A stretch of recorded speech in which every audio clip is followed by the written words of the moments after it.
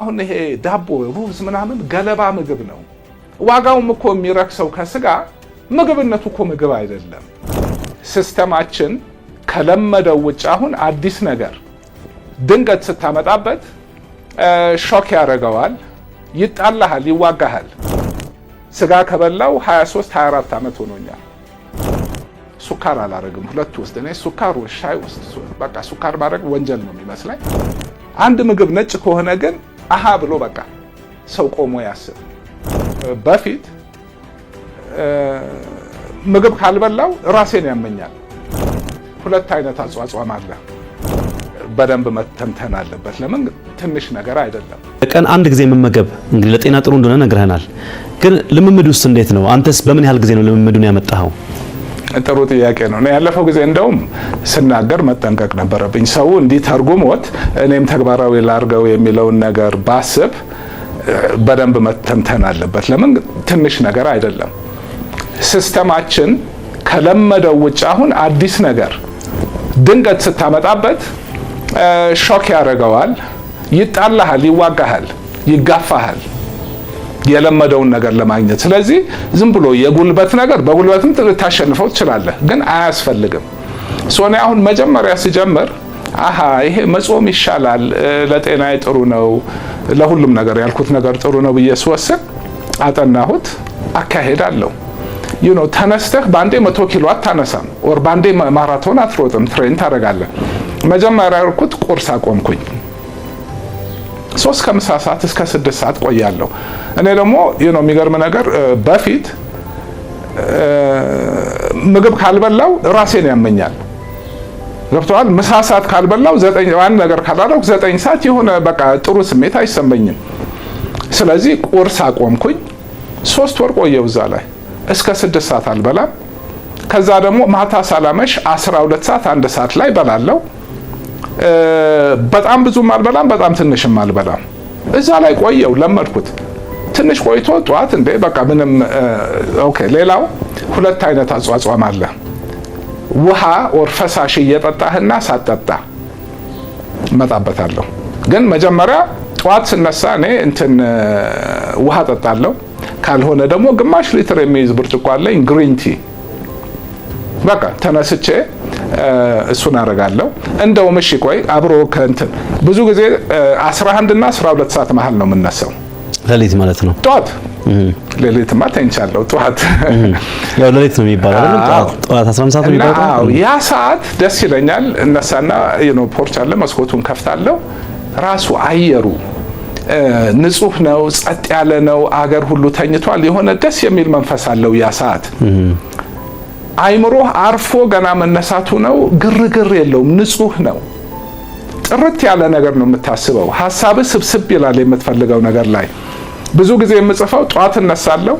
በዛ ሰዓት መሀል ስነቃ አላርም አላረግም፣ ሻይ እንጠጣለሁ። ቡና ወዳለሁ፣ ሱካር አላረግም። ሁለት ውስጥ እኔ ሱካር ሻይ ውስጥ በቃ ሱካር ማድረግ ወንጀል ነው የሚመስለኝ። ግሪን ቲ እንጠጣለሁ። ቀስ ብዬ ደግሞ ቡናዬን እንጠጣለሁ፣ ውሃ ጠጣለሁ። ስለዚህ ጾም ስል ሱካር ወይም ካሎሪ አይኑረው እንጂ ሻይ በበርሜልም ሊጠጣ ይችላል ሱካር ከሌለው። አንዳንድ ሰው ሆዴን ይላል፣ ቡና ምን ችግር የለኝም። እስከ ምሳ ሰዓት ድረስ ምግብነት ያለው ነገር በፈሳሽ መልክም ሆነ በሶሊድ መልክ አልወስድም። ምሳ ሰዓት ይበላል። አንድ ሌላ እዚህ ላይ የምግቡ አይነት አበላል ሰዓቱን ስንቀንሰው ብዛቱን መቀነስ ማለት አይደለም፣ አይነቱ ግን ወሳኝ ነው። እኔ አሁን ይሄ ለሰው የምመክረው ነገር አይደለም። እኔ አሁን ቬጀቴሪያን ነኝ፣ ስጋ አልበላም። ስጋ ከበላው 23 24 ዓመት ሆኖኛል። ስጋ የሚባል ማለት ዶሮ አልበላም። የአሳ ነው የምበላው፣ አታክልት ነው በቃ። የኔን አበላል ለማሻሻል ግን አሁን በሳምንት 2 3 ቆንጆ ጥሬ ክትፎ በቅቤ ኦር በኦሊቭ ኦይል በበላ የተሻለ ነበር ለኔ። እኔ ስጋ ማልበላበት ራሱ ሌላ ከጤና ውጭ የሆነ ምክንያት ነው ያለኝ። ሲበዛ ጥሩ አይደለም፣ እንደማንኛውም ነገር በመጠኑ ስጋ መኖሩ ግን ጥሩ ነው። ግን ቀላል መመሪያ ነጭ የሆነ ምግብ አለመብላት። ጮማ ማለት ነው። ኖ ኦኬ ጮማ ኤክሰፕት ጮማውን በለው በልኩ ዳቦ፣ ፓስታ፣ ሩዝ፣ ድንች፣ ስኳር እነዚህ በሙሉ ሲምፕል ካርቦሃይድሬት ናቸው። ልክ ሆድ ውስጥ ሲገባ ወዲያው ደም ውስጥ ይገባል። አያውቀውም። ይሄ ከግብርና የሚመጡ ምርቶች ወዲያው ሲስተም ውስጥ ይገባል። ቱ ማች በቃ ከሚፈልገው በላይ ኒውትሪየንት አብሶ የሹገር ብሬክ ዳውን አድርጎ ቶሎ ይገባል። ሲስተሙ እንዳይናጋ ያንን ለማውጣት ኢንሱሊን መልቀቅ አለበት። ኢንሱሊን ደግሞ የማይፈለግ ሆርሞን ነው። ሶ እነዚህን ስጋ ምናምን መብላት ችግር የለውም። አንድ ምግብ ነጭ ከሆነ ግን አሃ ብሎ በቃ ሰው ቆሞ ያስብ። ባንዴ ማስወገድ አይቻልም። ቀስ ብሎ በፊት ድሮም በበላ ጠቆር ያለ ነው ዳቦውም ምኑም ግን አበላሉ ላይ ሰዓቱ እንዳለ ሆኖ የሚበላው ምግብ ደግሞ ጥሩ ጤነኛ ቢሆን እንደዚህ የነጭ ምግብ ዘሮች ባይሆኑ ይመረጣል። ብዙ ጊዜ አሁን ምሳ ሰዓት ስበላ በ24 ሰዓት አንዴም ስበላ ሁሌ ኦምሌት አለ ከምግቤ ጋር። ሰው በእንቁላል በቃ ኮሌስትሮል ያይዛል። በየቀኑ ኦምሌት እየበላው በየቀኑ ቁርጥም እየበላው በየቀኑ ቅቤም እየበላው ሁሉን ነገር ባረጋው ኮሌስትሮሉ ይገለኛል። ኮሌስትሮል በመጠኑ በልኩ ለሰውነታችን ወሳኝ አስፈላጊ ነገር ነው፣ ለጭንቅላትም ለምንም ለሁሉ ነገር። ስለዚህ እንቁላል ኮሌስትሮል ቢኖረውም እኔ በቀን ከሚያስፈልገኝ በጣም ያንስ ነው። ሌላ ብዙ ኮሌስትሮል ያለው ምግብ ስለማልበላ 4 እንቁላል ኦምሌት፣ ቃሪያ፣ ሽንኩርት ተከትፎ እሱ እንደ ሳይድ ዲሽ ነው። ከሱ ጋር ከስፒናች ከሚን የጾም ምግቦች ይሄ ምስር ወጥ ምናምን፣ የአታክልቶች ጥቁር እንጀራ ከካርቦሃይድሬትስ ወር ይሄ ከግብርና ምርቶች እንትን ጥቁር ጤፍ ነው የምበላ። እንጀራ ዳቦም ቢሆን የጤፍ ዳቦ ነው። ሶ የምግቡ አይነት ከሰዓቱ ጋር እንድ ደግሞ አሁን ይሄ ዳቦ ሩዝ ምናምን ገለባ ምግብ ነው። ዋጋውም እኮ የሚረክሰው ከስጋ ምግብነቱ እኮ ምግብ አይደለም።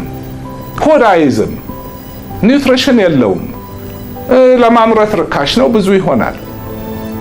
ስጋ እኮ ውድ የሚሆነው ምግብ ነው። ሆድህን ቅቤ ውድ የሚሆነው ምግብ ነው፣ ይይዝሃል። ትርጉም አለው። በቀላሉ አታመጣውም ያንን ዴንሲቲ ምግብ። እቺ ፉሽ ብላ በ3 ወር ትወጣለች፣ ትበላታለህ፣ ያው ገለባ ነው የምትበላው። ይሄ አድጎ ምን ብሎ ኒውትሪሽን ሁሉ ነገር እንቁላል ኦልሞስት ሁሉ ነገር አለው። እንዳልኩት ብዙ ሳልሄድበት የምግቡ አይነት ወሳኝ ነው። ይሄ ነገር እንዳልኩት 5 ኪሎ ታነሳለህ፣ ከዛ 10 ኪሎ፣ ከዛ 20 እያልክ 100 ነው የምትገባው። ቁርስ መተው መጀመሪያ፣ ምሳና ራት፣ ከዛ ቀስ እያሉ ምሳና ራት ያለችዋን ትንሽ ቀነስ፣ ሰዓቱን ጠበብ። 6 ወር ፈጀብኝ 24 ሰዓት ለመግባት፣ ሰውነቴን ሳላስጨንቀው፣ ሰውነቴ ሳይጣላኝ ራሱ እየለመደ አልፈልግም። ረሃብ ምን እንደሆነ ካወቅከው፣ ሁሉ ነገር ካወቅከው ትቆጣጠረዋለህ። ረሃብ ሰዓቱን ጠብቆ ሰውነት የሚለቀው ሆርሞን አለ። የረሃብ ሆርሞን ናት። ሳይንሱ ጥናቱ እንደሚያሳየው እኛ የምናስበው በሎጂክ እየቆየህ ባልበላ በሄድኩ ቁጥር ሞር ሆርሞን እየተለቀቀ ሞር ራቡ እንደሚወርህ ነው። ነገሩ ግን ያቺን ይለቃል። ልክ ያቺ ግማሽ ሰዓት ስታልፍ የለም፣ ቆይቶ ይለቃል። የተወሰነ ቀን ከለቀቀው በኋላ እየቀነሰ እየደከመ ነው የሚሄደው። ያንን ከተገነዘብከው ረሃብ ማምን አድርጎ ምን እንደሆነ ካወቀው ያቺን ሰዓት ታሳልፋታለህ፣ በእውቀት ትቆጣጠረዋለህ። ዋና ማስተላለፍ የፈለኩት ነጥብ ባንዴ ዘው ብሎ 24 ሰዓት አይካሄድም። ተለማመዱት። ሁለተኛ ለፈለገ ሰው ለምሳሌ አሁን በሳምንት 1 ቀን ወር 2 ቀን ዝም ብዬ ጾማለሁ ካልክ ሌላውን ጊዜ እንደ ልብህም ብትበላ ምንም ችግር የለውም። ገብተዋል። በግድ እንደዚህ በ24 ሰዓት ሳይሆን እንደፈለክ በልተህ በሳምንት 1-2 ቀን ጥሩ ጾም። አንድ መጨረሻ ነጥብ ጾም ላይ ውሃ እየጠጡና ውሃ ሳይጠጡ መጾም፣ ደረቅ ጾም። ባጭሩ መጀመሪያ ላይ መደረግ የለበትም፣ ግን 24 ሰዓት ደረቅ ጾም ማለት ውሃም ምግብም የሌለበት ጾም ሰውነትህ ላይ ከሚያመጣው ይሄ በሽታ አድኖ መግደል ምን በቃ ይሄ ጥሩ ቤኔፊት ሁሉ በ3 እጅ ይባዛል። 3 ቀን እኔ ቅድም እንዳልኩት ሻይ ቡና ውሃ እየጠጡ መጾምና 24 ሰዓት ደረቅ ጾም እኩል ነው ጥቅሙ። ግን እንዳልኩት ተለማምደህ ሄደህበት የምታደርገው ነው።